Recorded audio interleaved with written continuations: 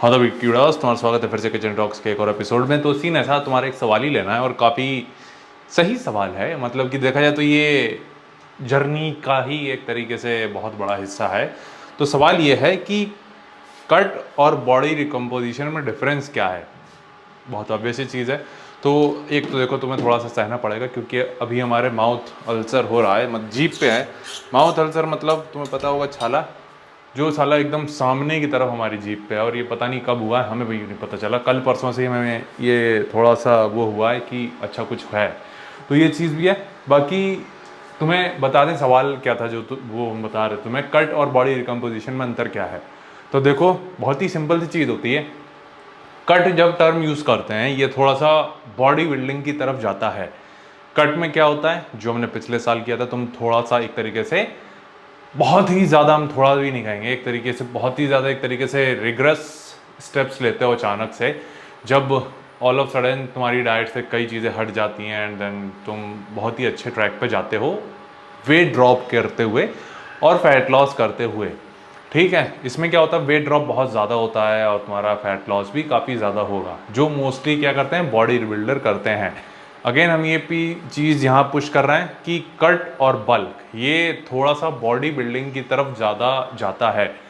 Body recomposition वहीं क्या होता है कि ये एक जनरलाइज फिटनेस गोल है जो कि होना चाहिए मोस्टली लोगों का। लेकिन होता क्या है कि कूल नहीं लगता थोड़ा सा ये। और इस बार तुमने देखा हो कि अभी हमने जो पहली जर्नी रखी है ये 100 दिनों की, ये बॉडी रिकम्पोजिशन ही है। इसमें क्या है, हमारा मैक्सिमम गोल क्या था कि एक तो फैट कम करना है और at the same time muscle mass को बनाए रखना है। और कोशिश ये करनी है कि हम मसल मास को बिल्ड भी कर सकें, जो कि कहीं ना कहीं हम फील कर पा रहे हैं अपना साइज़ देख के। मसल्स का स्पेशली जो क्वाड्स का और क्या कहते हैं काफ्स का, अपने शोल्डर आर्म्स, ये सारी चीज़ें। तो स्पेशली हम लेग में काफ़ी ज़्यादा इंप्रूवमेंट फील कर पा रहे हैं।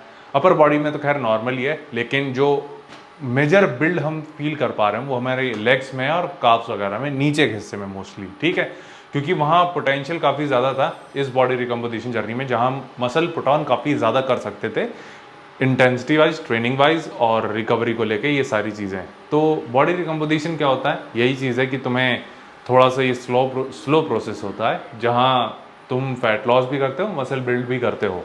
हम ये चीज़ 10 साल बाद भी कर रहे हैं, तो इसका टाइम पीरियड से ज़्यादा मतलब नहीं होता है, इसके रेट से मतलब होता है। मतलब कि अगर तुम बिगनर हो तो ये काफ़ी आसानी से होगा, लेकिन वहीं अगर तुम्हारा थोड़ा ज़्यादा एक्सपीरियंस हो चुका है ट्रेनिंग में तो ये थोड़ा स्लो होगा। तो इसीलिए जो बॉडी बिल्डिंग में जो कट और बल्क किए जाते हैं, इसीलिए भी किए जाते हैं कि तुम अच्छे से प्रोग्रेस कर पाओ। और नंबर्स काफ़ी ज़्यादा जल्दी उसमें फ्लक्चुएट करते हैं बल्क में और कट में, ये चीज़ याद रखना। तो आई होप थोड़ा सा डिफरेंस क्लियर हुआ होगा तुम्हें कि कट और बल्क में अंतर क्या है। फिर से और आसान भाषा में बताएं, कट और बल्क तुम्हारा बॉडी बिल्डिंग को लेके होता है। बॉडी रिकम्पोजिशन एक जनरलाइज चीज़ होती है जो कि मोस्टली लोगों को फॉलो करनी चाहिए, क्योंकि कट और बल्क के लिए बहुत ज़्यादा डिसिप्लिन चाहिए, जहाँ तुम्हारी बॉडी कुछ एक्सट्रीम स्टेप्स लेती है। बॉडी रिकम्पोजिशन वहीं एक स्लो एंड किफ़ायती प्रोसेस है। तो ये चीज़ है। और यही पंचायत थी भाई आज की, कट और बॉडी रिकम्पोजिशन में क्या अंतर है। उम्मीद है तुम्हें थोड़ा समझ में आया होगा। बाकी और तुम अगर कुछ पूछना चाहो तो नीचे कमेंट कर देना। और आज तुम वर्कआउट देखने वाले हो, वो है पुश डे। ठीक था, काफ़ी अच्छा था। हम ये तो नहीं कहेंगे कि बहुत ज़्यादा बेस्ट था, लेकिन पंप भी ठीक था, सब कुछ सही था। तो वो चीज़ तुम देखोगे, लेकिन उससे पहले देखोगे सुबह की क्लिप, तो वो देख के ना, और वो देख के बताना कैसी लगी। तो भाई तुम्हारा स्वागत है पहले सुबह की चर्चा में। तो भाई रूटीन पर आके भाई मज़ा आ जाता है कसम से। सारा 2 दिन छुट्टी थी एक तरीके से, तो एकदम भंडे हुए दिन गए थे, लेकिन सही है आज से रूटीन पे हैं और मेरे ख्याल से अब तो रहने वाले हैं थोड़े टाइम के लिए एटलीस्ट। तो ये चीज़ भी है। बाकी अब धीरे धीरे चीज़ें थोड़ी सी एक्सट्रीम जाने लगेंगी। अभी तो मेरे ख्याल से तुम कौन सा दिन देख रहे होगे, मेरे ख्याल से आज तुम 97वां दिन देख रहे होगे, 97 वाला डे देख रहे होगे शायद, चांसेस ज़्यादा हैं। तो जो भी है, बट सही चल रहा है सब कुछ, तुम्हें ये अपडेट देना है। और मौसम भी ठीक है, हम भी ठीक हैं, और तुम भी ठीक ही रहना। ठीक है भाई, बाकी तुमसे मिलते हैं जिम में। तो भाई तुम्हारा फिर से स्वागत है एक पुश डे में। आज ट्यूसडे है, वैसे देखा जाए तो एक दिन ऑफ ही चला है एक्स्ट्रा, लेकिन उसमें क्या सीन रहेगा इस हफ्ते, कोई जैसे थर्सडे को हम रेस्ट ले लेते हैं, यानी ऑफ डे रहता है थर्सडे को, वो नहीं रहेगा इस बार। इस बार लगातार 5 दिन हमें ट्रेन करना है और हमें लगता है कि वो 5 दिन शायद तुम देख भी ना पाओ, क्योंकि आज कौन सा 97वां दिन होगा मेरे ख्याल 97 डे है ये, तो 3 दिन और हैं, 98, 99, 100, तो ये चीज़ भी है। बाकी आज पुश डे है अगेन डेडिकेटेड, तो हमें सिर्फ 2 चेस्ट, 2 शोल्डर और 2 ही ट्राइसेप्स के मूवमेंट करने हैं, जिसमें से एक है ये स्मिथ मशीन प्रेसेस करेंगे शोल्डर के लिए। तो अभी हमें इसको ऊपर करके देन शोल्डर प्रेसेस के लिए अटैच वो सेटअप करना है, तो वो तुम देखोगे। ओके, तो इसको सेंटर में लाने का एक अच्छा तरीका ये होता है कि इसको लो और नीचे लेकर आओ, और जस्ट रखने से पहले इसको देख सकते हो तुम कि ये डिस्टेंस तुम्हारा ग्रिप से ये ज़्यादा है और ये कम है, तो इसको हल्का सा इस तरफ हमें एडजस्ट करना है।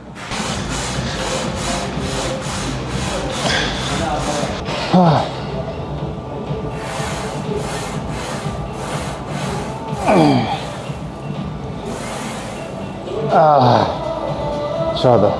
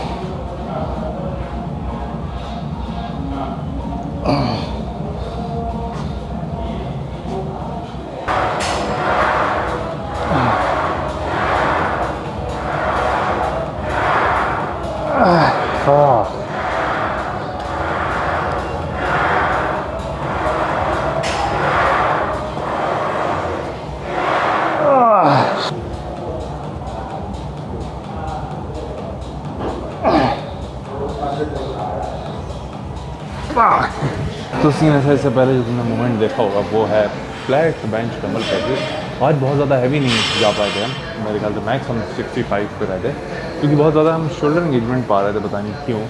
तो हमने कहा उस पर रोक दो, कोई फ़ायदा नहीं है, एक एक्स्ट्रा मूवमेंट कर लेंगे चेस्ट के लिए, वो शायद मोस्ट प्रोबेबली पुशअप्स ही होंगे आखिरी में। और क्या कहते हैं उसके बाद अभी हमने ट्राइसेप्स में शुरू किया। ट्राइसेप्स में कुछ भी ऐसा शोल्डर पर फील नहीं कर रहा है, तो हो सकता है कि आज वार्म अप हमने अच्छे से नहीं किया, वो एक रीज़न हो सकता है, या फिर कुछ भी हो सकता है। लेकिन हम इसको थोड़ा सा एक तरीके से ज़्यादा पुश नहीं करना चाह रहे हैं। बाकी ट्राइसेप्स के 2 मूवमेंट अभी करना है, जैसे एक होगा हमारा push down, V bar push down, और दूसरा तुम देखोगे ओवर हेड एक्सटेंशन। फिर उसका 2 मूवमेंट 3 मूवमेंट करेंगे, एक होगा चेस्ट का, एक होगा शोल्डर का, और एक और चेस्ट का जो पुशअप्स वाला हम तो बता रहे हैं। तो चेस्ट में अगेन डिक्लाइन मशीन फ्लाइज करें, डिक्लाइन केबल मशीन फ्लाइज करेंगे। शोल्डर के लिए साइड केबल रेजेस करेंगे, और एक आखिरी में जो चेस्ट का बचेगा वो पुशअप्स ही करने वाले हैं।